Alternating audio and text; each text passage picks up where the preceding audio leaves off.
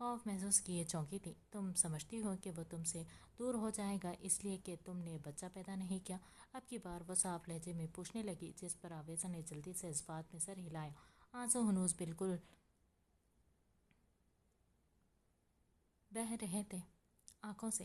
اب سنو بیٹا، پہلی بات کہ اولاد نرینہ سے نوازنا کسی انسان کے بس میں نہیں، یہ اللہ کی دین ہے، اور دوسرے اولاد مرد کے نصیب سے ہوتی ہیں، جبکہ دولت عورت کے نصیب سے۔ اگر محدث کے نصیب میں اولاد کا سکھ پانا لکھا ہے تو اسے ہونے سے کوئی روک نہیں پائے گا۔ تم تو ایک دوسرے سے بہت محبت کرتی ہو، یہ تم دونوں ہی اچھے سے جانتے ہو، تو اس محبت میں یہ بیزاریت یا پھر تنگ آنا تم نے کیسے سوچ لیا کہ یہ ہوگا؟ اچھا یہ بتاؤ، مہندس نے کبھی تمہیں ایسے الفاظ کہیں کہ جس سے تمہارا دل دکھا ہو؟ اسے نرمی سے سمجھاتے وہ آخر میں سوال کرنے لگی۔ آویزا فوراً نفی میں سر ہلایا۔ کبھی ایسا ہوا کہ تم سے اس نے سخت لہجے میں یا بیزاریت سے بات کی ہو؟ انہوں نے پھر پوچھا تو اس بار بھی آویزا نے نفی میں سر ہلایا۔ کبھی ایسا ہوا کہ تمہیں اس پر کسی لڑکی کو لے کر شک ہوا ہو؟ اس نے نفی میں سر ہلایا۔ تو پھر بس بے فکر رہو، وہ تمہارا تھا اور رہے گا بیٹا۔ جب وہ تم سے الگ رہ کر نہ بھٹکا پھر اب تو تم اس کی بیوی ہو۔ پاگل ہے وہ تمہارے پیچھے، اور اپنے بیٹے پر مجھے مکمل یقین ہے کہ چاہے کچھ بھی ہو وہ کبھی نہیں بہک سکتا۔ جانتی ہوں مہندس، بلا شبہ میرا خون ہے نہیں ہے، لیکن میں اس کی رگ رگ سے واقف ہوں۔ وہ ان مردوں میں سے ہے جس نے اگر ایک لڑکی کو چاہا تو اسی پر آ کر اس کی دنیا رک جاتی ہے، پھر چاہے اسے حسین سے حسین لڑکی دکھا دو، اس کا دل اپنی محبوب لڑکی پر ہی اٹکا رہے گا، سمجھی؟ ہر پہلو کو واضح کرتے وہ بہت آرام سے اسے سمجھا رہی تھی۔ آویزا کے آنسو تھمے تھے، دل کو یک کونا سکون ہوا تھا ڈاکٹر زارا کی باتوں سے۔ ہاں وہ شخص صرف اسی کا ہے، اسی سے بے تحاشا محبت کرتا تھا، پھر کیسے کسی اور کی طرف راغب ہو سکتا تھا؟ آخر میں پرسکون سی مسکراہٹ سمیٹے آنسو صاف کرنے لگی۔ تھینک یو آنٹی، میری غلط سوچوں کو جھٹکنے کے لیے۔ ڈاکٹر زارا کے گلے لگتے ہوئے وہ خوشی سے بولی تو انہوں نے نرمی سے اس کی پوچھ کو تھپکی دی تھی۔ اب یہ رکھیں اور آئیں مل کر کھانا کھاتے ہیں۔ ان سے الگ ہو کر اون اور سلائیاں اٹھا کر برابر میں رکھتے ہوئے بولی، پہلے وعدہ کرو کہ اب اسی طرح کی سوچیں ذہن میں نہیں لاؤ گی اور اللہ سے نا امید نہیں ہوگی۔ اسے اپنے پاس کھڑے دیکھ کر وہ آئیبرو اچکا کر کہنے لگی، جس پر آویزا خوشی سے ہنستے سر اس بات میں ہلانے لگی، تم اپنے گھر سے بھی ہو آؤ، گھر والوں سے مل کر بھی من بدلے گا تو اچھا لگے گا۔ جی میں جاؤں گی۔